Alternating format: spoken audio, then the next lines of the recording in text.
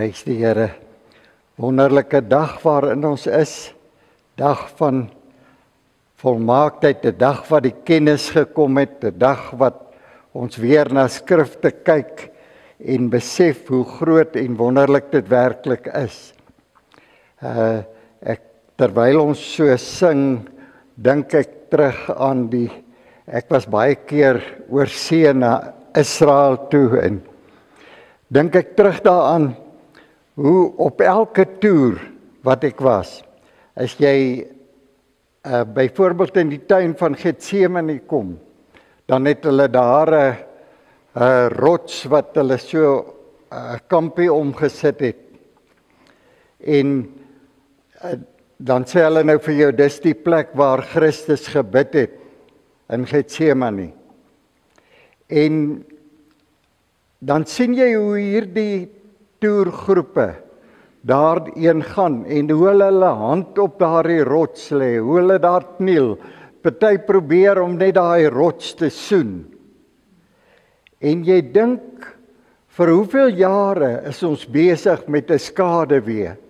Vir hoeveel jare het ouens begeer om Israel toe te gaan, om tog net te loop waar Jesus geloop het, om tog net te wees waar hy was.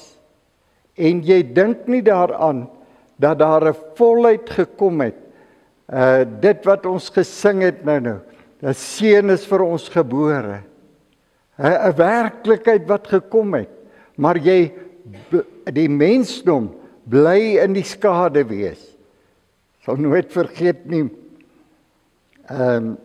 As 'n kind was daar 'n ou koortjie wat hulle gesing het. Standing somewhere in the shadows, you'll find Jesus.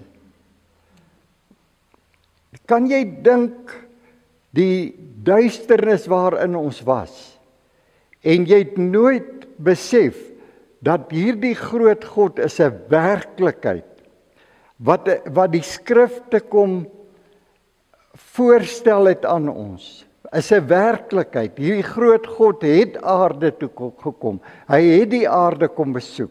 Hy het vir ons die volle werklikheid weer gebring. En die mense so traag om daarin te beweeg, want jy wil graag in die skade wees. Jy wil graag 'n wurm wees. Jy wil graag 'n nietige mens wees. In steede van om die volheid te sien dat jy 'n goddelike wese is. Ek dink die grootste realiteit vir enige mens om te ontdek, is dat jy 'n geeswese is. Dat hierdie arms, hierdie lyf, behoort maar net aan jou, maar hier binnekant is jy die persoon, die gees. Hier binnekant is die gees. En daardie gees is dit wat aan God verbind is.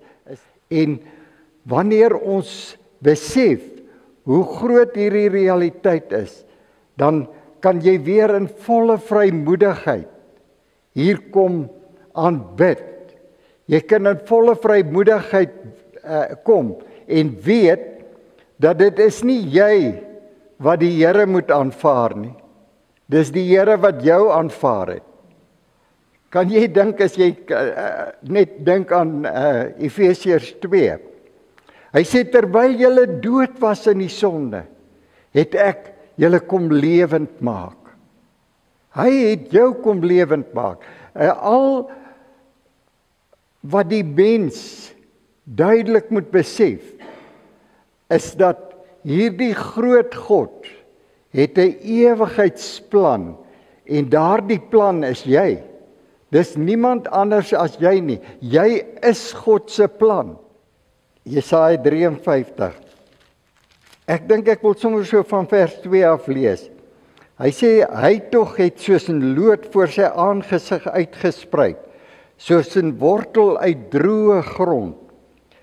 Hy het geen gestalte of heerlikheid gehad, dat ons hom sou aansien nie, en geen voorkoms, dat ons hom sou begeer nie. Jy sien, selfs hy wou nie gehad het, dat die mens hom in 'n natuurlike vorm sien nie. Jy moet hom sien in die volheid vir wie hy werklik is. So nou sê hy in vers 3, hy was verag en deur die mense verlaat, 'n man van smarte en bekend met krankheid. Ja, soos een vir wie die mens sy gelaat verberg. Hy was verag en ons het hom nie geag nie. Nogtans het hy ons krankhede op hom geneem. Ons smarte, die het hy gedra, maar ons het hom gehou vir een wat geplaag is, deur God geslaan, verdruk was, maar hy is ter wille van ons oortredinge deurboor. Ter wille van ons ongeregtigheid is hy verbrysel. Die straf wat vir ons die vrede aanbring. Kan jy dink, wat lees ons hier? Hoor weer vers 5. Hy sê, maar hy is ter wille van ons oortredinge deurboor. Jy kan mos nie iemand 2 keer straf nie. As jy hom 1 keer gestraf het, dan is hy klaar gestraf. En hier kom iemand in ons plek. Hy word in ons plek gestraf, sodat ons weer 'n volheid kan bekom, dat ons weer in die volheid van genade en die volheid van vergifnis, die volheid van geestelike rykdom kan inbeweeg. Hoor net hier in Efesiërs 1 vers 4. Hy sê, soos hy ons in hom uitverkies het, voor die grondlegging van die wêreld. Jy sien, jy het bestaan voor die grondlegging van die wêreld. Psalm 139 vers 16 sê, jy's in die gedagtes van God gebore. En terwyl jy in die gedagtes van God was, dink nou net mooi mense, terwyl jy in die gedagtes van God was, dis die grootste realiteit vir hierdie groot God, is daar die skuldbrief van jou. In Kolossense 2 vers 13 en 14. Daar die skuldbrief wat vyhandig was teen jou. Die was in sy hande. Reg aan die begin. En hy moes 'n besluit neem omtrent daardie skuldbrief van jou. Hy moes jou verlorenheid sien en hy moes daardie verlorenheid hanteer. En om dit te kon doen, moes hy kom om vlees te word. Kan jy dink dat hierdie God het gekom om verantwoordelikheid te neem vir jou en my? Want hy het daardie skuldbrief wat reg daar aan die begin was. Luister weer. Soos hy ons in hom uitverkies het, voor die grondlegging van die wêreld. Vir watter rede? Om heilig en sonder gebrek voor hom in liefde te wees. Hy het ons uitverkies om sonder gebrek heilig voor hom te wees al die dae van ons lewe. Hy sê dieselfde in Lukas 1 en 2. Dit is so kosbaar as jy sien dat dit was sy keuse gewees om ons skuldbriewe af te handel aan die kruis, sodat ons weer in 'n volheid voor hom kan wees, dat ons weer absoluut in die volheid van genade kan staan. En daardie volheid van genade bring een realiteit in ons uit. En dit is, as ons elke keer kyk, as ons elke keer kom inkyk na die skrifte, dan is dit net een realiteit. Here, U was vir ons goed gewees. Here, U was ons genadig. Here, U het ons kom red. U het ons kom verlos. U het ons kom vrymaak. Here, en dan dink jy dit is dit wat vir die mens so swaar is om te verstaan. Hoe kan dit wees? Want die mens wil nie sy geestelike realiteit sien nie. As jy net dink aan 2 Tessalonisense 2 vers 13 en 14 wat ons baie aanhaal, dat hy jou sy beminde noem. Kan jy dink waarom het hy gekom? Omdat hy jou bemin. Omdat hy jou bemin. Kan jy dink waarom was daar die skuldbrief van jou? Van so 'n radikale belang vir hom reg aan die begin. Kan jy dink waarom moes hy hierdie besluit te neem om na die aarde toe te kom, om in die vlees gebore te word? Om jou en my weer 'n stand voor hom te gee, en daardie stand noem hy om heilig en sonder gebrek voor hom te wees tot in alle ewigheid. En jy dink ons sal liewer ons hand gaan sit op 'n rots waar ons dink hy het gebid. Ons weet nie eers of dit die regte plek is nie. Ons sal liewer daai rots gaan soen, en ons sal 'n vreeslike emosionele ondervinding hê. Maar wanneer ons na die werklikheid kyk, kan jy dink die werklikheid kyk. Wanneer hierdie groot God sê, man, ek bemin jou. Ek het jou sonde weggeneem. 2 Korintiërs 5 vers 19.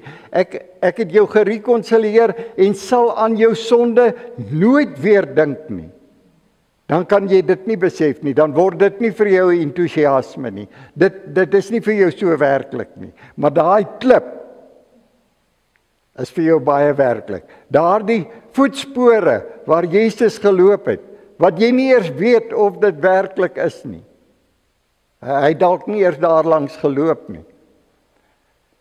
En dan dink jy, dit is vir jou ondervinding, die natuurlike mens.